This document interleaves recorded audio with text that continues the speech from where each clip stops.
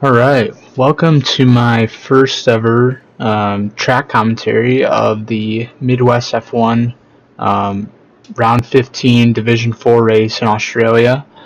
Um, you can see this is my last lap of qualifying, so I believe my best time going into this point was about a 1:22.3, I believe, so I was sitting second at this point, and I really wasn't satisfied with that. I knew I needed to be in the 1:21s to, be on pole. So we will sit in on this lap to see how I do. So first corner down to fifth, try and use all the curb. Got a pretty good exit out of there. DRS up in eighth gear. And now through this corner down into third, and we're kind of riding behind this guy a little bit. You can tell that he's going kind of slow, and as you'll see in a bit, you can see that he isn't controlling his car, and he now retakes control as we've done a purple first sector, and this guy is just all over the track. He just will not get out of the way. So we finally managed to get past him, down to third here, and try and get up into fourth, fifth, sixth, and now this is probably the trickiest corner on the circuit for me. And I try to go down and do sixth. No, this time I did seventh, and as you can see, I lost traction there a bit. So really not an ideal lap so far. Like, this is far from a good lap for me. But down to fourth, use all the curb, sixth, fifth through that corner. And then I believe we'll go down into third gear here to try and get the best exit. Coming around the last corner, fifth into DRS, and coming across the line, we gained 4/10, and that'll put us on pole, as you can hear. So that was a huge lap for me, and I really thought I could have done better than that, but I was super happy to be starting on pole, and we will hop right into the race. I usually don't like starting on pole, just because I like being able to follow. And it's one of the lights, 2, 3, 4, 5, and it's the lights out. And we're up into first, second, third, so pretty decent start. Main competitor in this race was GSR Hoxhead. He had a really excellent race, and his pace was fantastic all day. But yeah, we get a pretty decent start off the line. I thought I held my composure pretty well through these first sets of corners. It's always kind of tough when you're starting on pole to really nail those first corners. But yeah, we have 7/10 on GSR right out of the first couple corners here. So at this point, I'm thinking, like, am I just going to cruise off? Is this just going to be another drive? But the strategy here is definitely an interesting one, because you can't see a lot of safety cars, and as we kind of flash forward here to lap 6, GSR Hoxhead has actually passed us, and there's a car perpendicular in the middle of the road, and that will force a full-blown safety car. So this is kind of where the strategy gets a little bit interesting, because did anyone make it in? There's a lot of different ways you can go with it. You could do a one-stop, you could try and go to the mediums or hards, you could do a two-stopper. It really, depends on when these safety cars come out, where you have to edit your strategy. So as you can see, my teammate went into the pits, and I'm at this point really concerned because it's not letting me box this lap. So I'm just hoping that I don't get held up in the pits by my teammate. Box is currently full. But we don't really know what GSR Hoxhead's strategy is yet. They can't take and it right now. You would think that he would be boxing this lap for a two-stop, Okay, but now if he were trying to go for a one-stop, you might not box this lap. So this will definitely be interesting to see how it pans out in the long run for me and him, because I think we are the main competitors for the win in this race. So we both decided to go into the pits, and it looks like D. Gabry, Dennis, a good friend of mine, is coming in behind. Same with ASR Quetz, and yeah, the whole top 5 have all pitted to go on various different types of tires. As Hoxid's gone soft, D. Gabry's went medium, and it was kind of an interesting mix. As almost lose traction coming out of the pits there.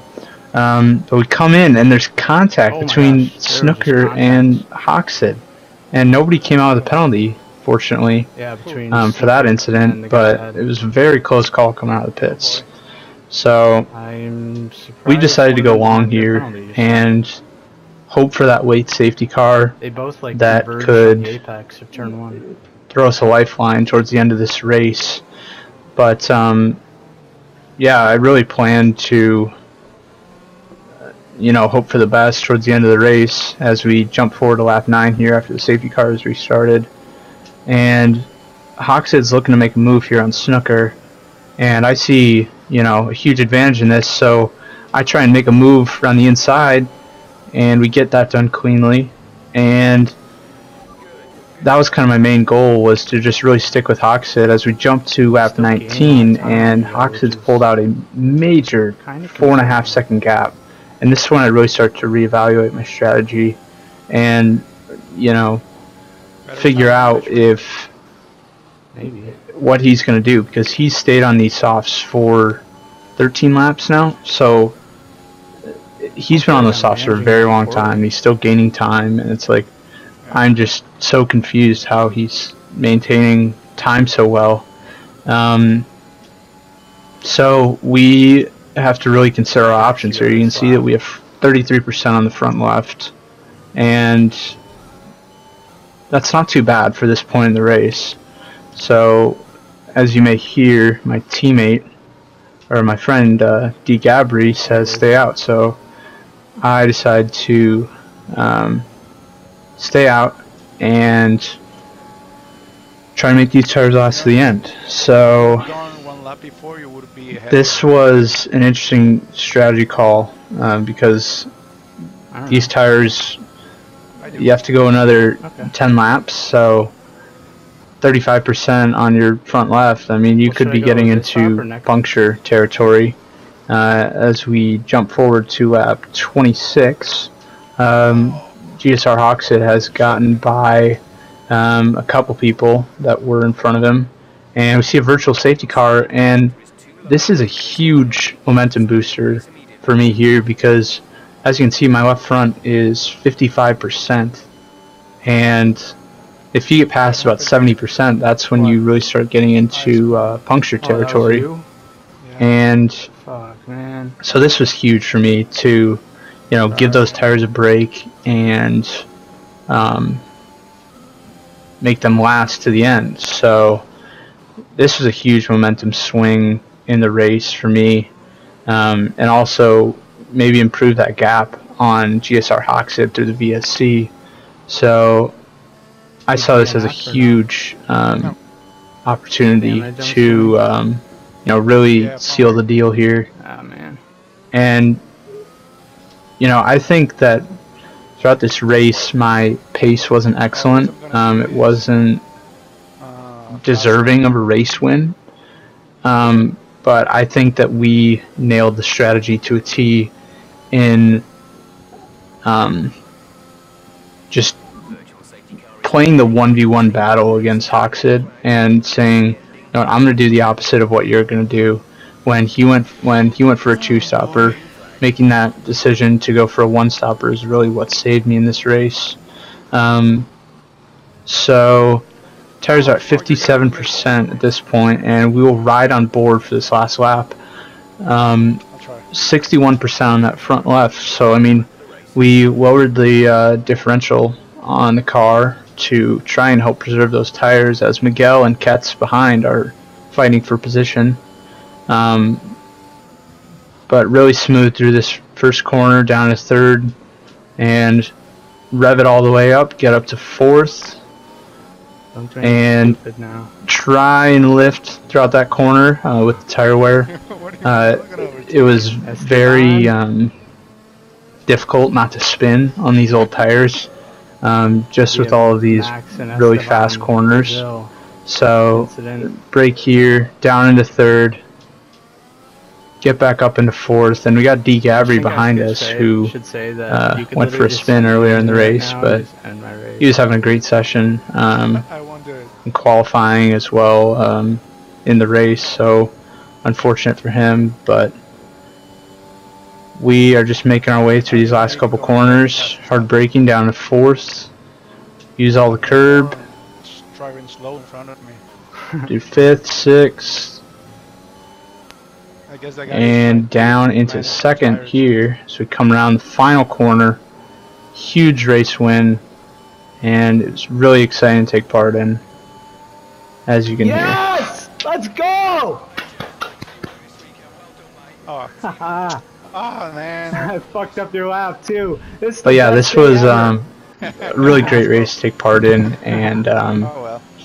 Good race. you know, this was the second to last round of Division 4, so I think that this was a really statement win for not just myself but for Williams as well. So I think that next season, as there's the way it works in Midwest is that there's 7 divisions, and I'm your engineer. I've kind of made up some wins to move myself up through the divisions.